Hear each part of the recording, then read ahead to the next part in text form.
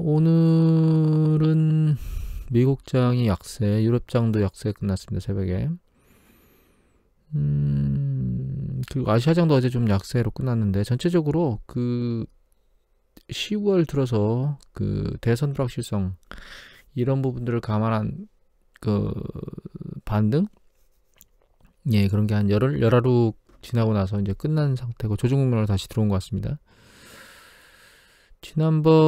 요번 이제 상승 국면이 지난번 있었던 어떤 정점과 조정의 반등의 정점 부분에 와서 다 멈춰버렸어요. 그러니까 결과적으로는 이 머리를 이제 뚫는 게 문제인데, 아직은 못 뚫고 있습니다.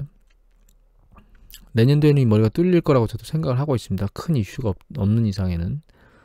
오늘 이슈는 뭐 아주 단순합니다. 인베스팅 닷컴 기사인데, 결과적으로는 이제 코로나 바이러스가 많이 확산되고 있는 것 때문에 미국 쪽이, 그래가지고 여기 보시면 뭐 결과적으로는 각 주에서 지방 정부에서 정책적으로 뭔가 결정할 거라고 생각하고 있어요. 코로나 팬데믹이 확산되는 것을 억제하기 위해서 경제적인 어떤 활동이 촉진되는 그런 부분들을 희생하고서라도 뭔가 코로나 팬데믹이 더 올라가지 않도록 만들겠다 이거죠. 그래서 저희가 10월 후반부에 10월 말에 독일, 프랑스, 영국 이런 쪽에서 전국 확산이나 11월 달 내내 이제 전국 확산 정도 하겠다고 하는 것 때문에 급락했던 게 11월 초 반등했는데, 다시 이제 미국 쪽 코로나 때문에 주식시장이 조정을 받는 국면에 들어가 있습니다. 일단 중요 경제 지표 보면요. 중요 경제 지표는 어제 나온 거는 신규 실업수당 청구 건수가 어제 나왔는데, 예측치보다 더 많이 빠졌습니다. 더 많이 줄어들었어요. 70만 9천 건. 이게 긍정적이라고 볼 수도 있습니다. 그리고 일단 이제 좀 이따 좀 더 말씀을 드릴게요, 이 부분은. 그리고 여기 보시면 이제 유럽에 어제 여기 유럽 산업 생산, 전월 대비 산업 생산이 급격히 줄었습니다. 예측치보다. 그러니까 이제 어제 계속 저희가 봐왔던 게 유럽도 그렇고 미국도 그렇고 제조업 쪽의 PMI 지수가 계속 좋게 나오긴 했지만, 결과적으로는 유럽이 전체적인 봉쇄를 하는 쪽이 많아지면서 산업 생산이 월간 급격히 감소하는 추세를 보이고 있어요. 이런 부분들은 미국도 마찬가지일 거라고 보는데, 미국이 유럽처럼 강력한 봉쇄를 할지는 아직은 모르겠습니다. 다만 이제 일단 미국은 제조업보다는 서비스업 쪽인데, 결과적으로 이런 패턴이 진행되면 서비스 산업 생산이 좀 급격히 줄지 않을까, 그런 생각을 하고 있습니다. 신규 실업수당 청구 건수가, 이건 이제 미국의 노동부입니다. 노동 데이터인데요. 나온 거 보면 이제 준 건 맞아요. 준 건 맞는데, 이제 그거보다 중요한 거는 밑에 보면 이 부분인데, 신규 실업수당 청구 건수가 4만 8천 건 줄었거든요. 그리고 이제 지속적으로 실업수당을 청구하는 케이스도 많이 줄었어요. 그런데 저거 말고 우리가 생각해봐야 될 게 뭐냐면, 여기 보면 이제 PUA라고 돼 있어가지고, 이거는 저겁니다. 정기적으로 과거에는 실업수당을 청구할 수 없었던 사람, 우리나라로 보면 뭐 자영업자라든가 이런 사람들 있죠. 실업수당을 청구할 수 없는 사람들이 요번에 팬데믹 때문에 실업수당을 청구하는 누적 숫자가 지금 900만이 넘었고요. 그리고 이 부분은 계속 이제 증가하고 있어요. 누적돼서 하는 사람들. 그 다음에 이거 PEUC5는 뭐냐면, 이게 그러니까 정규적으로 받는 실업수당이 끝나가지고 그것부터 추가적으로 실업수당을 받는 사람이에요. 근데 이 부분도 계속 늘어나고 있는데, 중요한 건 이 두 영역이 12월 말로 끝입니다. 그러니까 이제 지난번에 팬데믹 때문에 통과됐던 그런 법안 안에 이걸로 인해서 받을 수 있는 날짜가 12월 말인가 뭐 하여튼 그 정도까지 돼 있는데, 이게 12월 26, 27 이렇게 토요일하고 일 아마 그때일 겁니다. 그때 마지막으로 이게 집행되거든요. 그래서 이 사람들은 더 이상 실업수당을 받을 수 없는 상황이 됩니다. 지금 현재 실업수당을 받는 총 누적학기가 한 2,100만 정도 되고 있는데, 한 1,500만 정도가 실업수당을 못 받게 되는 거죠. 이걸 하기 위해서는 뭔가 법안이 통과돼가지고 연장하거나 이런 작업을 해야 되는데, 지금 그걸 못하고 있는 게 문제인 거죠. 실제로 그러니까 정치적 행위가 어디까지 갈지는 모르겠는데, 그 행위로 인해서 경제가 수축되는 부분들이, 그러니까 이제 경제 수축 정도하고요, 주식시장에 미치는 정도가 결정될 거예요. 그래서 이제 경기부양책도 중요한 요소 중에 하나고요. 다만 지금 상황이 그렇게 엄청나게 심각하다 뭐 이렇게 받아들이는 건 아직까지는 아닙니다. 왜냐하면 이제 이것도 예전에 보여드렸는데, 이거 ABI에 있는 그 기사 중에 하나 나온 데이터인데요. 여기 보시면은 이게 이제 전체, 그러니까 미국의 전체 토탈로 파산을 신청하는 거거든요. 그런데 10월 달에 신청한 건데 과거에 비해서 훨씬 숫자가 작아요. 또 이 전체 중에서 상업과 관련된 파산 숫자도 과거에 비해서 적습니다. 전년도 비해서 적어요. 하지만 한 가지 큰 게 이게 뭐냐면 챕터 11에서 기업 회생 절차에 들어가는 것들은 이제 작년보다 많은데, 이 통계는 계속 제가 보여드렸죠. 이 통계인데 지난달에 급격히 늘었다가 요번에는 상당히 많이 줄었습니다. 전년 대비. 그러니까 파산 전체적인 부분은 급격히 늘어나지 않는 패턴을 보이고 있긴 합니다. 이미 얘기 드렸지만 주정부라든가 혹은 뭐 지방정부나 이런 쪽에서 각종 파산이나 이런 부분에 대해서 무엇인가 조치들을 취해서 급격한 파산을 막고 있긴 합니다. 그게 이제 내년도까지 계속 진행되는 거나 이런 것들에 대한 부분을 좀 지켜봐야 될 것 같긴 하지만, 문제는 이제 과거 같은 경우처럼 전체적인 부분이 전부 다 안 좋은 게 아니고 K자라고 해서 좋은 지역과 좋지 않은 지역으로 움직이고 있기 때문에 이 파산 부분이 급격하게 증가할 가능성은 상대적으로 낮다고 보고 있어요. 물론 이제 은행 파산이 나왔었죠. 추가적으로 2개 더.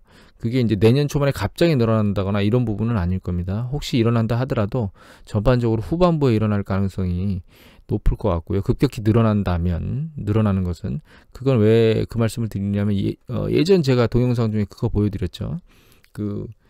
투기등록성 채권들, 그러니까 좀비 기업들이 확산되고 있는데 일정 수준 자금을 확보했기 때문에 내년 상반기에는 파산이 상대적으로 적을 거고 후반기에 나타날 가능성이 높다라고 하는 리포트가 있다고, 그걸 보여드린 적이 있잖아요. 그래서 그런 부분들이 있고, 또 한 가지는 내년에 올해 느꼈던 그런 상황보다는 이미 한번 겪었기 때문에 좀 더 나은 경제적 상황이 진행될 거라고 예측되고 있기 때문에 초반부에 뭔가 파산이 급격하게 늘어난다거나 이런 부분은 없을 거라고 생각하고 있습니다. 혹시 그런 부분이 일어난다면 그거는 내년 하반기쯤일 거다, 이렇게 생각하고 있습니다. 그리고 이거 유럽 CDC 데이터인데요. 코로나 바이러스가 급격하게 확산됐다가 주요 국가가 전체적 봉쇄, 그 다음에 이제 다른 국가들도 그런 것에 막 동참하고 있는데, 그런 걸로 인해서 이게 확 줄었습니다. 아마 어제 보여드렸던 동영상은 이거하고 이 마지막에 2번째 거하고 마지막에 3번째 거가 나란히 있었던 것 같은데, 오늘 데이터에서는 이게 이제 수정돼서 좀 올라간 걸로 나왔어요. 이 데이터가 이제 좀 지나봐야 하는데, 이게 진짜 완전히 진전된 건지 아니면 잠깐 일시적인 건지는 추세를 좀 더 지켜봐야 될 것 같긴 합니다. 그 다음에 미국 CDC 데이터인데, 미국은요 정신을 못 차리고 있습니다. 지금 올라가는 속도가. 여기 보시면 14만? 예, 14만이 넘었습니다. 하루에 14만? 저희 지금 하루 100명만, 세 자리만 돼도 뭐라고 얘기가 막 꾸물딱꾸물딱 하는데, 여기는 하루에 14만이랍니다. 의료에 대한 붕괴가 진짜 강력하게, 유럽은 이미 일어나고 있고, 미국은 지금 그런 조짐이 아주 강력하게 나타나고 있습니다. 추가 데이터가 나오진 않았는데 어제 6만 5천까지 이번 환자가 급격히 늘어났었죠. 곧 7만대로 금방 넘어갈 것 같고, 이거는 존스홉킨스 데이터인데, 여기 보시면 7일 이동평균선이 8.7%로 이제 속도가 굉장히 빨라지고 있어요. 여기 보시면 갑자기 속도가 이 증가 추세가 급격히 늘어나는 거 보이시나요? 이 강도가 세지고 있습니다. 상승 강도가. 미국이 이 봉쇄 조치를 안 했다가는 굉장히 빠른 속도로 올라갈 것 같아요. 이건 제가 보던 뉴스 보도인데, 그 중에 눈에 들어온 뉴스 보도는 뭐 집이 불타고 있다고 펠로시 의장, 이건 이제 로이터 통신 보도입니다. investing.com 사이트에 나왔습니다. 그리고 펠로시 의장이 집 불타고 얘기하고 있긴 한데, 문제는 여기 있거든요. 뭐라고, 어디에 있냐면 어디 갔죠? 맥코넬 상원 의원이 한마디 했습니다. 여기 자기네는 5,000달러, 5천억 달러, 5천억 달러에 관심이 있다, 이렇게 얘기가 나왔어요. 그러니까 결과적으로는 지금 공화당에서는 뭐 2조 2천억 달러니 뭐 이런 것들 별로 신경을 안 쓰고 있습니다. 지금. 그리고 협상이 잘 안 돼요. 이 부분을 잠깐 생각해 보면 우리가 재검표 얘기를 하고 있잖아요. 그리고 이제 조지아가 재검표에 들어갔는데 이 조지아가 그냥 중요한 게 아니고요. 공화당에서 갑자기 우리가 태도를 바꿨는데, 그러니까 이제 뭐 승복하라 뭐 이런 얘기가 나오는 것 같다가 갑자기 뭐 트럼프한테도 뭔가 법적으로 요구할 권리가 있다 이렇게 잠깐 뉘앙스가 바뀌었는데, 지금 현재 대선에서 이 상원 선거가 아직 완전히 끝난 게 아닙니다.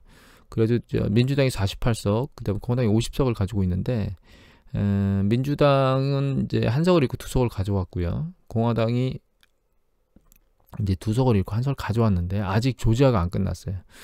지금 개표를 하고 있는. 그래서 조지아는 그러니까 재투표를 하는 걸로 되어 있습니다. 1월 달에 재투표를 하는 걸로 되어 있는데, 거기서 두 석을 다 뺏기게 되면 이게 50대 50으로 바뀌고, 그렇게 해서 동률이 되게 되면 미국은 부통령이 한 표를 또 행사하게 되어 있거든요. 그러면 민주당이, 그러니까 블루웨이브가 형성됩니다. 그래서 조지아 쪽에, 그러니까 그 트럼프가 하는 액션을 무조건 막았다가는 공화당의 표가 이탈해서 조지아에서 민주당이 상원을 두 석을 가져갈까봐 상원 의원들이 조심조심 하고 있어요.